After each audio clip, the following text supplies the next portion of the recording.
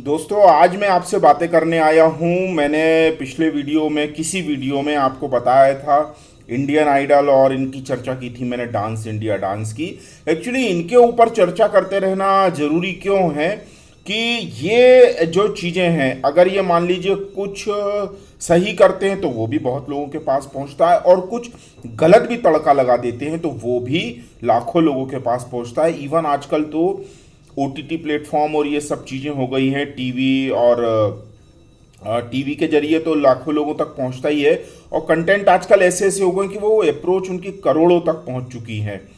और स्पेशली भारत के अगर जो प्रोग्राम्स कहें हम, तो इनका लेवल भी इतना हायर हो गया है।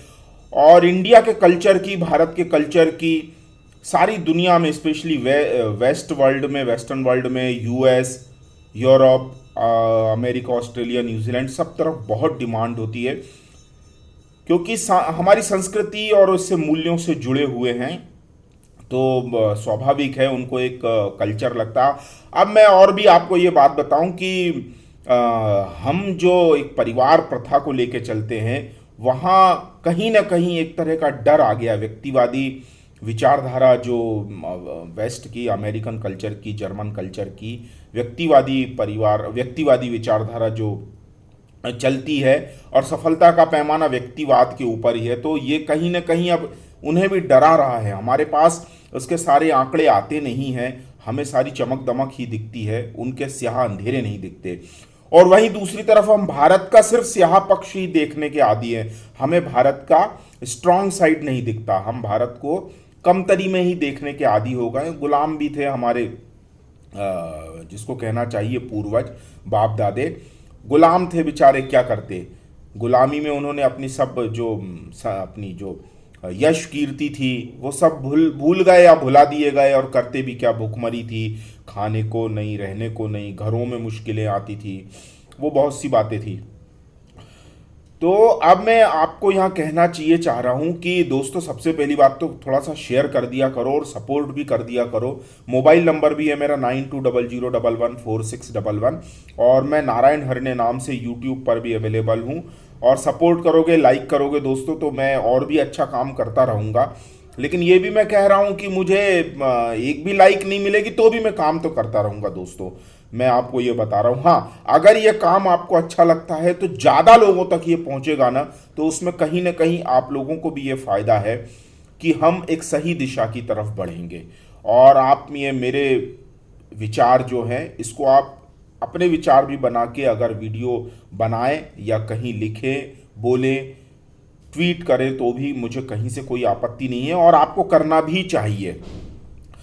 मुझे समर्थन, मेरे लिए समर्थन भी जुटाना चाहिए। जो मित्र सक्षम हैं, जो फाइनेंशियली फ्री हैं, या जिनकी पोजीशन, बैंकिंग पोजीशन स्ट्रांग है, उनको मुझे फाइनेंशियली भी सपोर्ट करना चाहिए। और जिन मित्रों के पास समय है, उन्हें टेक्निकल नॉलेज भी है, तो वो मुझे टेक्निकल नॉलेज भी दें, अपना समय भी दें, और कंटेंट में इम्प्रूव करने के लिए अपने कमेंट भी लिखते रहें कि हम और किन बातों पर चर्चा कर सकते हैं, और क्या बातें हमें और करते रहना चाहिए, और कौन सी बातें मैं सही उठा रहा हूँ, ये बताते रहना चाहिए। तो मैं अब आता हूँ बिना देर किए, हमारे समय की है। मैं उसको ये कहना चाहूँगा कि वो कमाल की, मतलब एक्टिंग में तो वो कमाल नहीं कर पाई, लेकिन जो उसने अपने शरीर को साज के, संभाल के, साध के रखा है, वो बड़ा कमाल है। मैं बिल्कुल बात कर रहा हूँ शिल्पा शेट्टी की।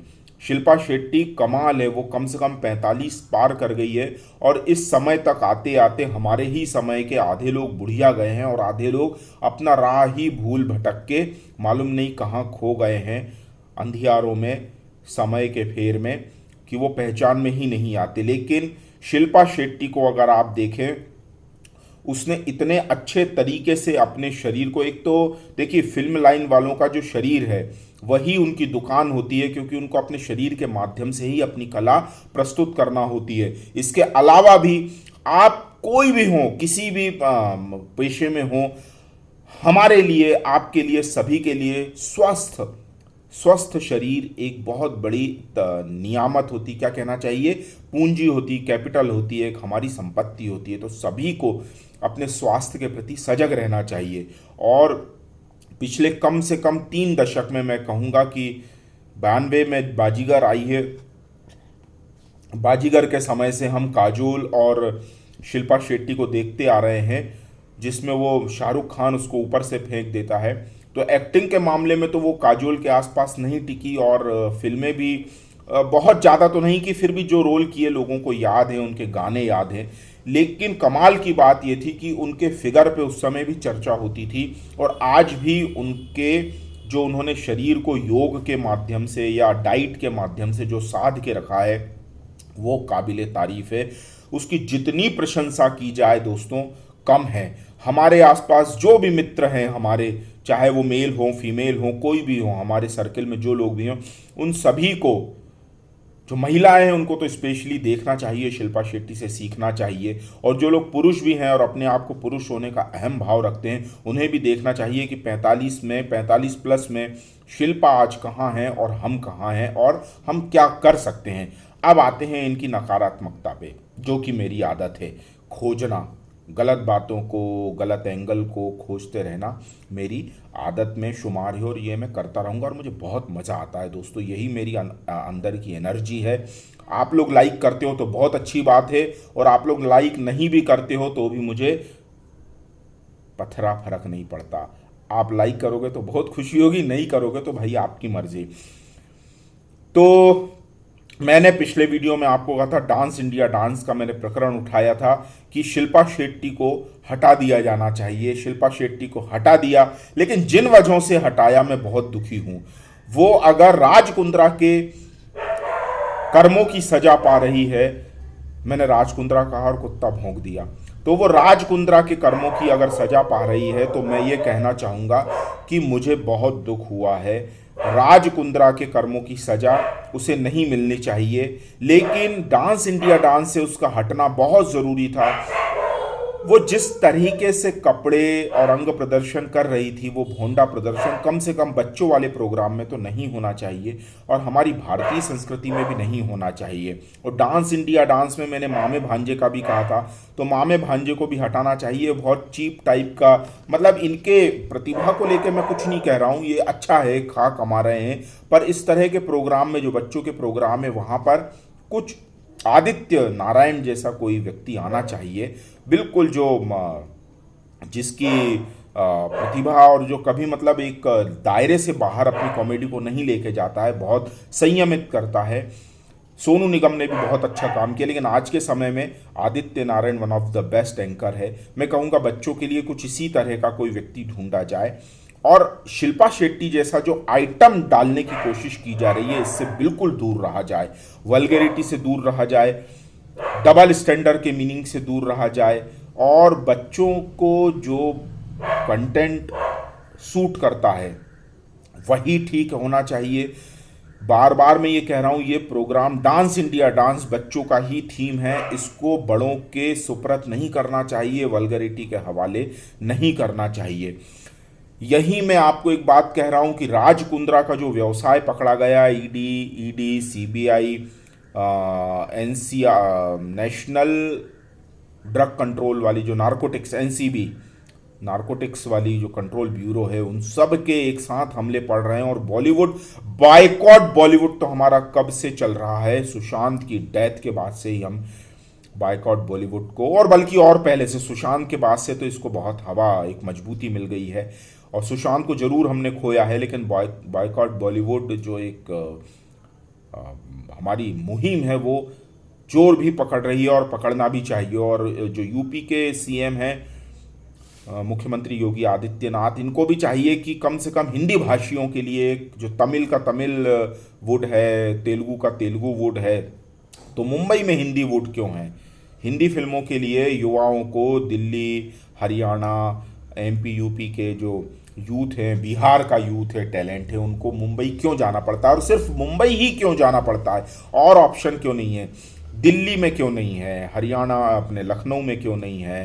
एनसीआर में क्यों नहीं है? दिल्ली नेशनल जो कैपिटल रीजन है, वहाँ क्यों नहीं है? यहाँ होना चाहिए। मैं मुख्यमंत्री योगी आदित्यनाथ से भी ये कहना चाहूँगा कि हिंदी जो हमारी कला जगत है उसको मुंबई के अलावा, हम मुंबई को नहीं छोड़ेंगे, हम मुंबई को नहीं छोड़ेंगे, हम इन बॉलीवुड भांड लोगों को यहाँ से भगाएंगे।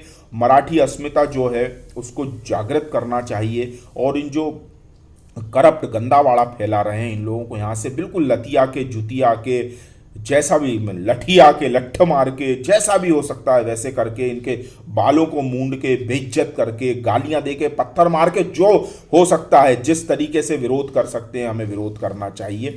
इन्हें भगाना चाहिए यहाँ से, क्योंकि ये ड्रग्स बुढ़िए, ड्रगिए जो हैं, ड्रग चरसी, ये लोग पूरी खोखली कर रहे हैं संस्कृति को, और युवाओं को बहका रहे हैं, युवतियों का गलत शोषण हो रहा है यहाँ पर। ये सब बातें बहुत ज़्यादा तरीके से हमें विरोध करना चाहिए, खोखले कर रहे हैं।